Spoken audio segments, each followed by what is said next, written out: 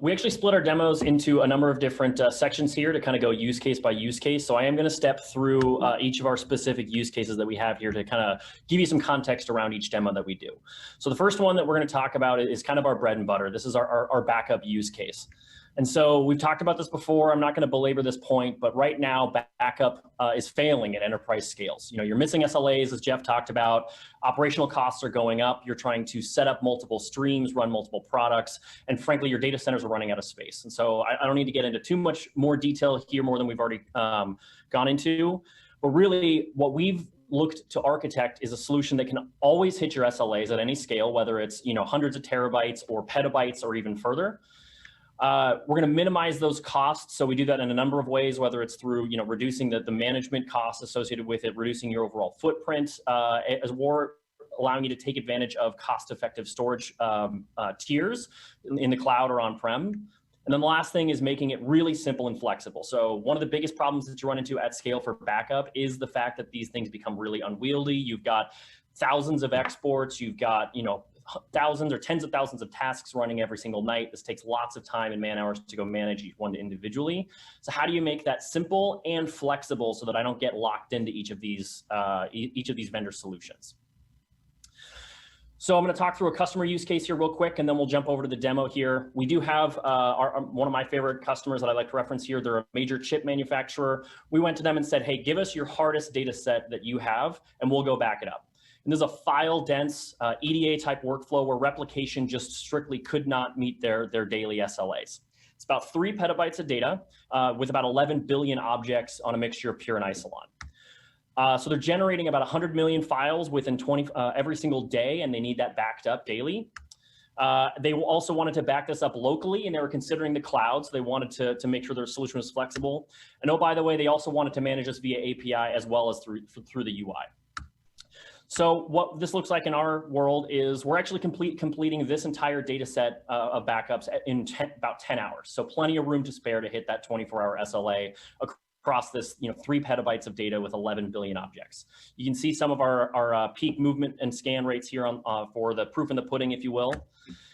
We're writing this data now to both local S3, local NAS or NFS, as well as Azure and AWS. So we've had this customer for a while now, and they've considered multiple different cloud vendors, and we've helped them kind of guide through and figure out what's the best solution for their different workflows. Also, one thing to note here that I like to include is the fact that this workflow is actually spread across 5 different data centers. So this is not just a large scale, but they have a large sprawl of data spanning multiple different geographies around the world. And so we're doing all of this nightly. We're completing this massive scale of backup, these super file dense, really challenging backups every single day, without missing an SLA. So with that, I'm going to jump into the backup demo. To cut down on transitions, we did pre-record these. So if you could hold your questions till the end, otherwise Dustin might seem a little rude when he doesn't respond here. Hi, my name is Dustin Harris. I'm a Principal Solutions Architect at Igneous, and I'll be demonstrating the Igneous services for you today. To start, let's log in at cloud.igneous.io.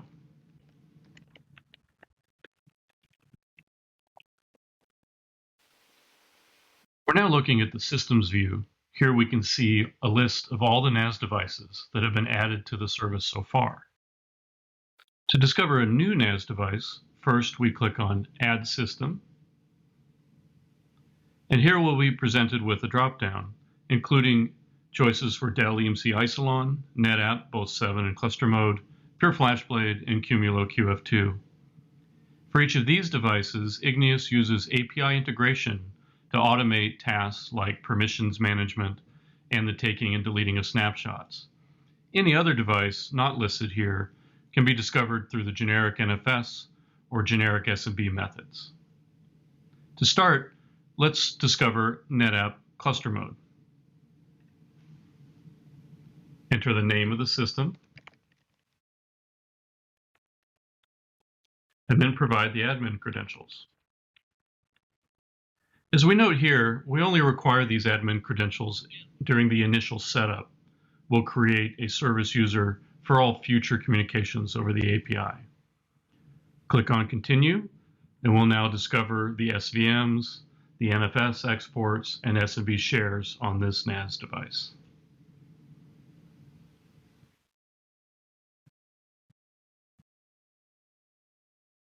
And then we click to complete adding the system.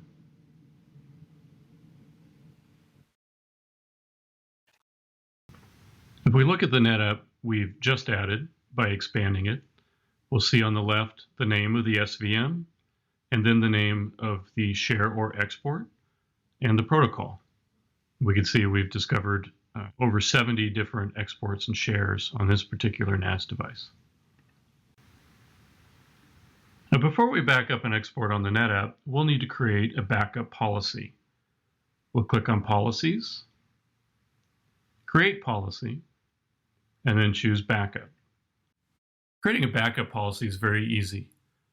First, I choose my schedule. In this case, I'm going to run this backup every day. Next, I choose my destination. You'll see that we can write to Azure, GCP, any S3 target, such as Cloudian, Wasabi, Backblaze, ECS, or Storage Grid, in addition to any NFS export. But we're going to do our test to AWS today. So I choose my Igneous account. And now I get to select my bucket. First, I pick the region. We're going to do Oregon. Now at this point, if I've created a bucket ahead of time, I can enter the name of that bucket here. But I'm going to allow Igneous to choose the name and create the bucket for me. Next, we pick the tier we're going to write to. As you can see, we can write to all the tiers here in AWS, just like we can write to all the tiers in Azure and GCP. But I'm going to choose standard for the purposes of this test. Pick my retention period, and I'm going to choose 30 days. And then click Save.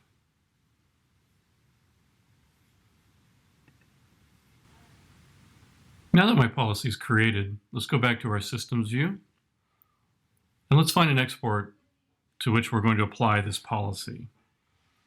Now I have a lot of exports in the systems view, but I can filter down on the one I'm interested in, which is called CFD for Cloud Field Day. And let's back up the one that appears on the NetApp. So I'll select that export. And you'll see here under protection, I can change it from unprotected to the new policy we just created. I get a summary of what the policy is going to do, writing it to the Igneous account in AWS, standard tier, and keeping the data for 1 month. And we'll go ahead and hit apply. Now, instead of waiting for this job to run later, we'll go ahead and run this policy now by clicking the Run Policy Now button and confirm.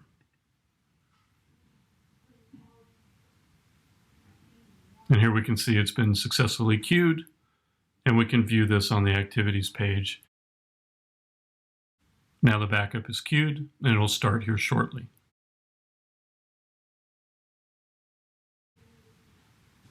Since this is our first backup, Igneous will complete a full copy of all the files. Subsequent backups will all be incrementals.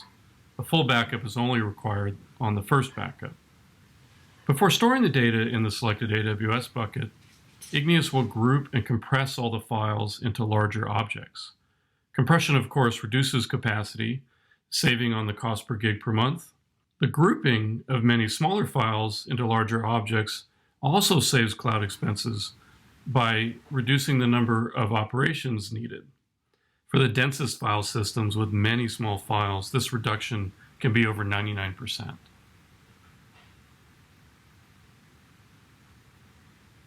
Now we can see the backup is completed successfully.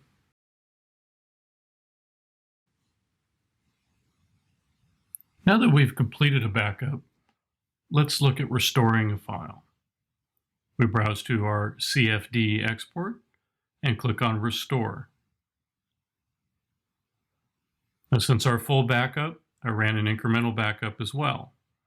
I can choose either one to browse through. You can click through the file structure to find the file that I want, or I can search for it. So for example, I could ask it to show me every file that ends in the extension CSV. I could narrow that down into ones that only contain a directory called clone in the path. And finally, I could look for only the files, so start with the letter D, and destiny.csv is the file I was looking for.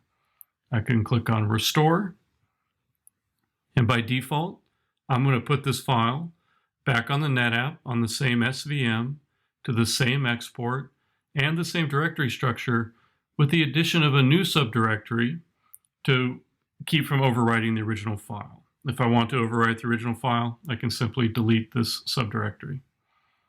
Now, I don't have to restore this file back where it came from. I can restore it to any NFS export that I know about. So, for example, I could restore it to my FlashBlade, and I have another export on there, also called CFD, that I could restore it to. Very simple as clicking on the Start Restore button. So I want to pause there briefly, see if we can get any questions. We do have Dustin on the line if we need to jump into any in-UI questions here, but any questions we can tackle on the back side. Yeah, so the first thing I noticed was in the adding, I think it was file systems, there was no S3 options there. So you don't actually support a backup of an object store or anything like that? So today, primarily our use cases for backup are around NAS backup. We do look at S3 sources for a variety of other workflows, but we just haven't seen the volume there yet to go build in that kind of functionality. But that is something that we have, been looking at and will be tackling here in the near future. Okay, thanks. Sorry, your search algorithm there, does it allow for looking for data within those files, or is it only searching against the metadata? So that is similar to our data discover index. It is a metadata index only. So we are not doing a content indexing there. So yeah, it's metadata index. Okay, so is there an option to search within the data, even if it takes longer? Today, no. I'll look to Jeff there for what he wants to kind of talk about for any extensions there.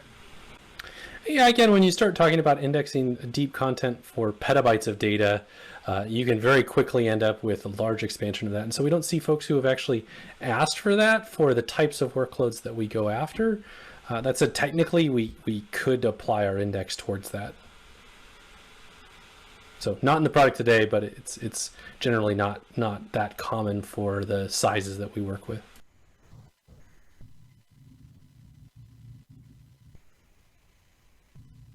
I guess I'll just briefly mention that I can also search on other metadata on the file that I didn't show you in the demo. So, time on the metadata, size ranges, other things like that.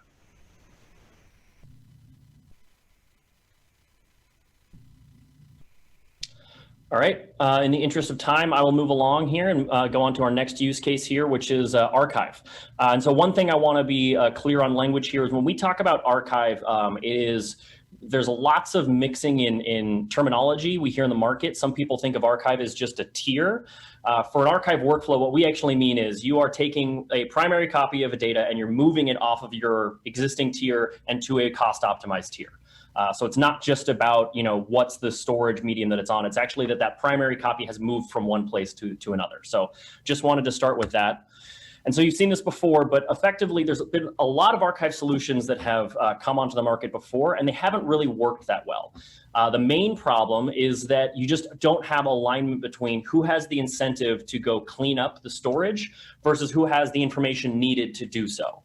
And so what typically happens is, your primary storage starts running out of capacity, your storage admins go to your users and say, hey, I need you to go clean up your data. Well, the users either don't know what they want to go delete, or they think of archive as this black hole where data never comes back from. So you actually end up basically archiving nothing. And so your only solution then is to go throw more storage at this problem. And so the way that you break the cycle is first with visibility. So you align that visibility with of insights into this data with the people who have the incentive to clean it up. Simplicity. So if the solution is really complicated to go run and to go retrieve your data, it's never going to get adopted.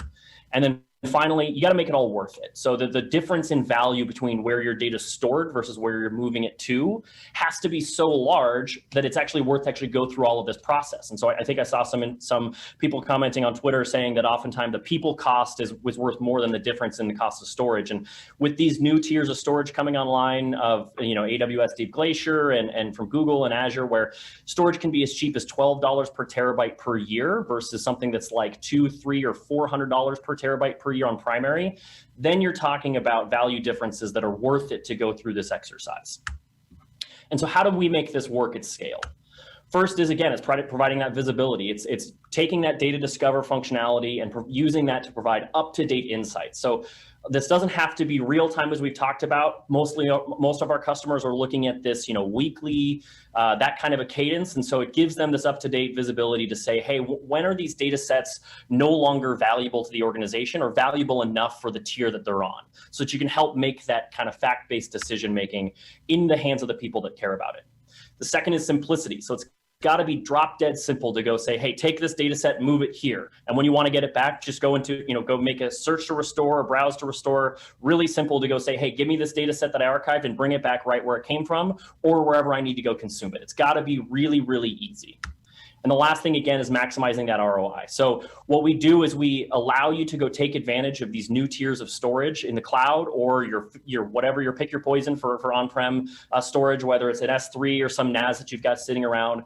Whatever your solution looks like that meets your SLAs and your cost metrics that you want, we can support it. We are storage agnostic, both on the source and the destination side. And so where we're doing this workflow today, as an example, is at the Allen Institute. So they've got these electron microscopes. They're running, hundreds of terabytes per run, when they get these things running. And this cold data, as these projects age, they end up costing them hundreds of thousands of dollars per year by just leaving it where it is.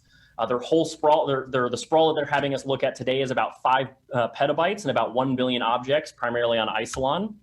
And they wanted a way to quickly identify these cold data sets. Because again, the storage admins are the ones that are dealing with budgets and infrastructure and figuring out who owns what and what can be moved. Whereas these project managers or these end users are the ones that actually have the insights to understand what can get archived. And so they needed to align those two things so that they could go identify cold data sets or data sets that they could go archive. And they wanted to have the flexibility to archive this locally or to the cloud. And again, they wanted to manage this both in the UI as well as via API. And so what this looks like is we're actually scanning this entire infrastructure in about 2 hours. So they're looking at this weekly, roughly, but if they wanted to, they could look at this daily or multiple times per day because the scans are running fast enough to keep up with that level of that scale of infrastructure. We are now writing this data for them, both local on S3 as well as to GCP and AWS. They've gone through an extensive process of evaluating the different cloud vendors out there to find the right solution for them. And we've been a partner in that process the whole way, providing them insights and information on cost metrics and those kinds of things. And so what the end result for them is they're now finally running a full end-to-end archive solution to really optimize their entire storage infrastructure and make that data quickly recoverable. So you don't have that, that nails on chalkboard type of response from your end users when you say you're going to go archive something of their data. They know it's easy to get this data back for them. It just takes, a little bit of time for us to go initiate that restore request and it comes right back to them. And so I will stop here. We can jump into the demo real quick if we'd like to, or I can take questions on the archive use case. Just a quick one from an end user standpoint.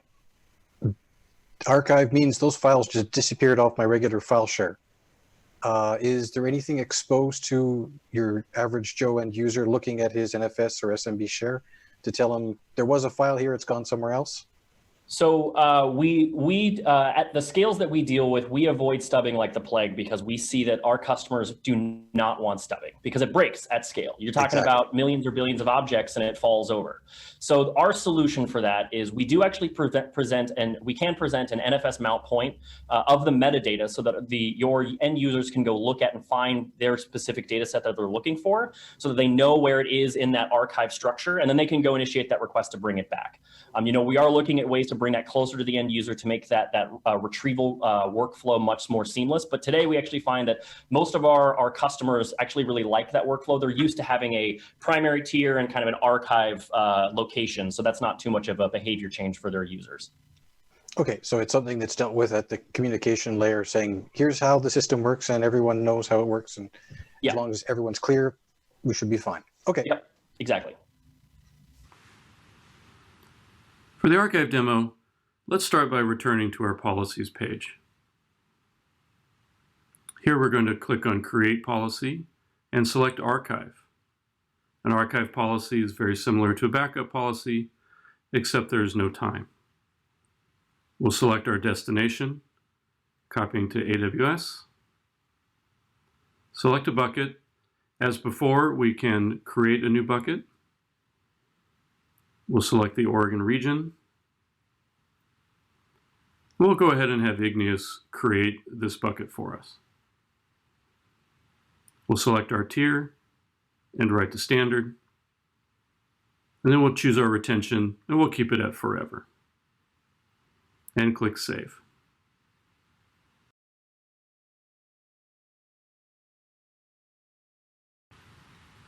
Now that we have this archive policy created, let's return to the system view. We'll go back to our CFD export, select it, and then click on Archive. I can choose my archive policy at the top, and I can archive the full export or a subdirectory. We'll start the archive,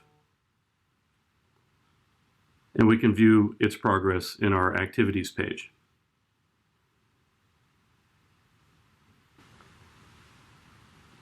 The archive job queues, and it will execute.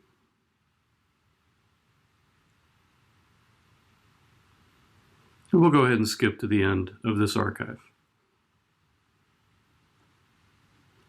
The archive task completes. And now we can go back to our systems view, and our archives all show up here at the top under the Igneous selection. We click on Restore, just like we did for a backup, and now we can browse through the file system and do the same sort of search we did before, here looking again for our file Destiny. And we can do the same restore process again we did for backups.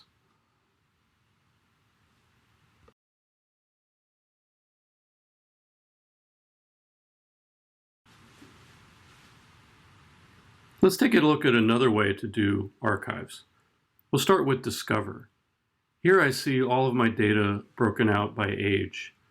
I can edit these, and let's look at a longer time frame, go out to 2 years, 1 year and 180 days.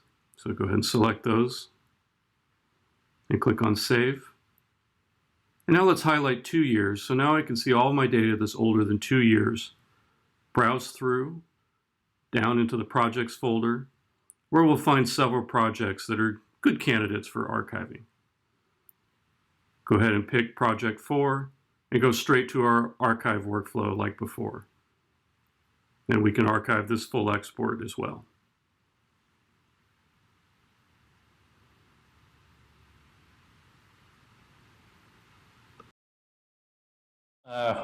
I'll take a couple questions here if we can. I know that we're running up against the time here, so but I do want to make sure people can get questions in. So can you archive files as well as directories? And does the Discover show like a file that might be non-accessed in 2 years? So for our customers where we're typically dealing with millions or billions of files, the file level actions are usually going to break your workflows more than they're going to solve them, because you go pull a single file out of a data set and it's going to cause more problems than it'll solve. So what we do all of our actions at the directory level. We will show you here in the next demo how you can get those kind of file by file results. But again, if you're going to go try to find the specific file that you're looking for, that's typically not the kind of workflows that we're looking to go solve for you. Okay. What about a recommendation engine? The UI clearly showed us older files or how to search through them, but where can I go to be told, hey, we recommend you do X, Y, or Z with this data? Yeah, so the power of the tool is really in the browsability and the discoverability. And so we don't have active ways to surface specific data sets at the top level directly, but in UI actually is what we're doing there through that filtering and sorting functionality to say, hey, here's where you have the highest concentration of data that might be interesting to look at from an archive perspective. And so we believe that in these massive scales of hundreds or thousands of exports and millions or billions of files is that you need that context of where it sits to really parse through that information. And so we make it really, really easy and interactive to go find those specific data sets that are interesting through that sorting and filtering process that we just saw. But we don't currently have a way to surface a specific data set that says this is your largest cold data set. Okay, but those data sets, when they were shown, those were file folders, right? And I'm looking at the age of them and the names of them, but I don't have any other data around them, like who might the owner be or what department they belong to. How do we get to that? So that's a great segue. Thank you very much. So the next use case that we're going to talk about here is our visibility use case. And so I did separate these two things because we're solving a slightly different use case here, but they can be paired together. So you've seen this before, but really the growth of this data has created a visibility crisis. And in the 1990s, when data sets were gigabytes and you had local drives, keeping track of what data you had and who owned it was really easy. In the 2000s, as these grew into terabytes and you started to introduce NAS systems with millions of files, some IT admins could kind of keep track of this stuff. As you shift into the 2010s and you get more, NAS and cloud starts to come into play, this problem starts to rear its head where you just keeping track of who owns what in the enterprise becomes really challenging. And now here we are in the 2020s and we're seeing some organizations crack into the trillions of files and start to scratch into that exabyte-scale range. You've now got multiple sites, multiple clouds, multiple NAS systems all in the same environment, and keeping track of anything, who owns what, where it is, where it came from, what's growing becomes impossible. You can't see it, you can't manage it, and you can't find it. All of these create huge problems that create massive either opportunity costs or very real costs in your enterprise.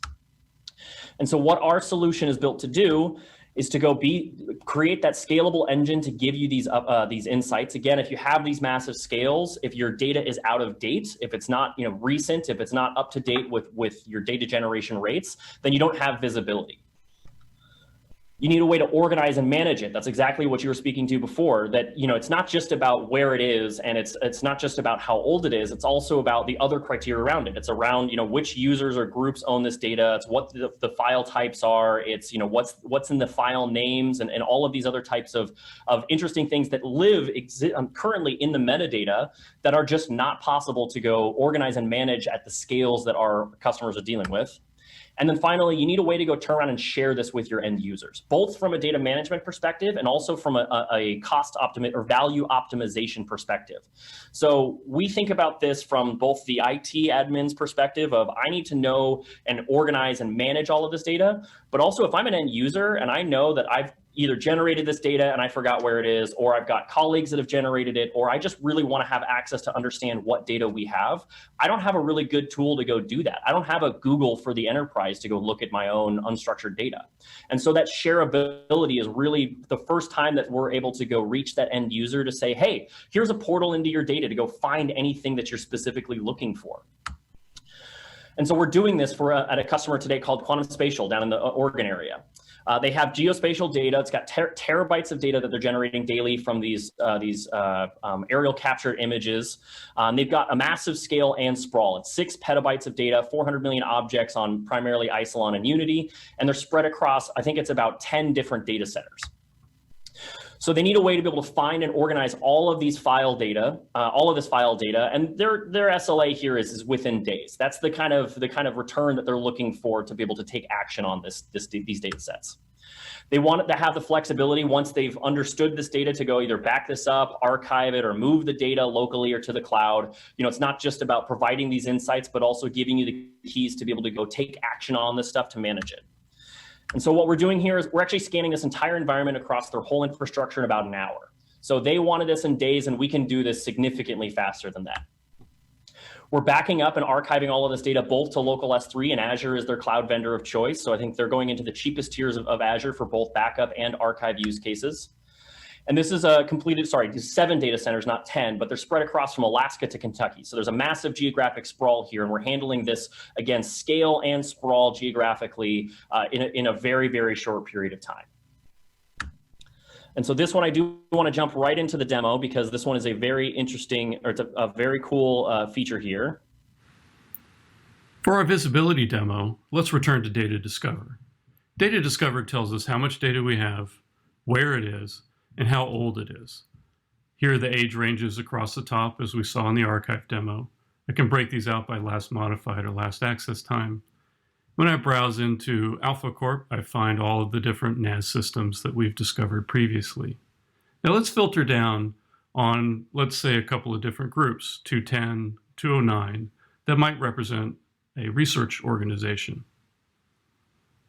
Let's focus in on their data, and we can see how much they have across the NetApp and the FlashBlade. If we browse into the FlashBlade, I can see the breakdown by directory as well.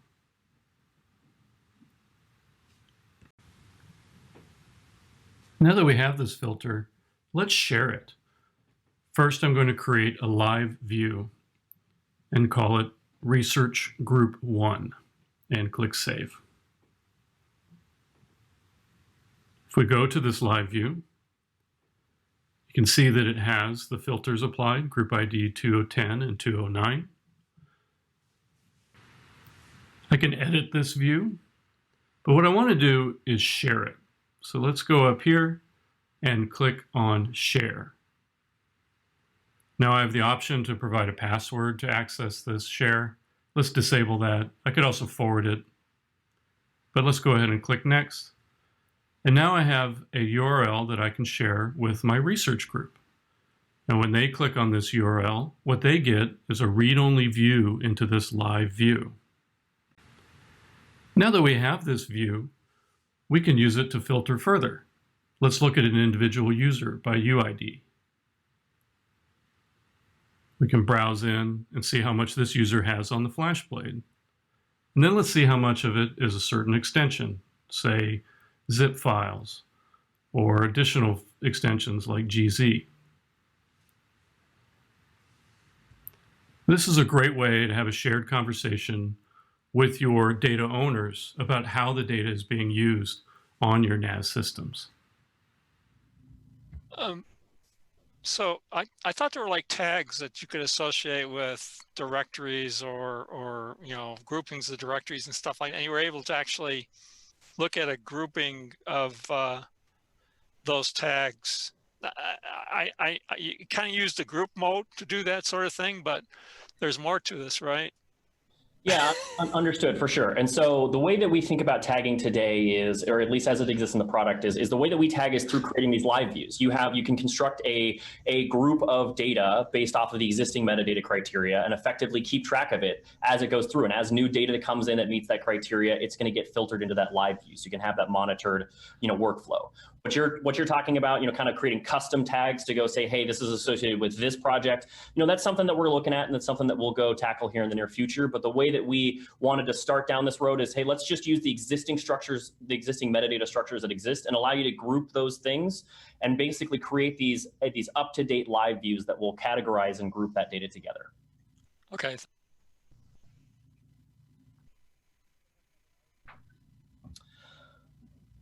Okay. And then, so in the interest of time, I'm going to jump here to the last workflow, which is our movement. So right now, data-heavy organizations, they've always been needing to move data. This traditionally comes from the idea of you've got to retire NAS systems, you're moving from one vendor to the next. But this is actually now evolved into, you now want to leverage cloud file systems. You want to move whole data sets to the cloud or to a different NAS system for a temporary workflow. Or you want to convert your file data to object data for a variety of different use cases here. Problem is you can't do all of these things. You have NAS tools that enforce vendor locks. You can only go from an Isilon to an Isilon or a NetApp to a NetApp, et cetera. Your open source tools can't keep up with your scale. Your cloud sync tools just create another form of vendor lock, this time with the cloud. And the last thing is your other tools, the other tools that exist that can do this are cost prohibitive. Trying to set up these workflows are super expensive. And so basically what happens is because of cost, lock-in, or lack of scalability, your data sets are kind of stuck wherever they're at. They're generated an isilon, they're going to live on an isilon, and they're eventually going to be deleted off of an isilon. And so what we set out to do was to make this really simple, really fast, and really scalable. So the simplicity here, as you've already seen from the UI, you will in a second, we can move from anywhere to anywhere.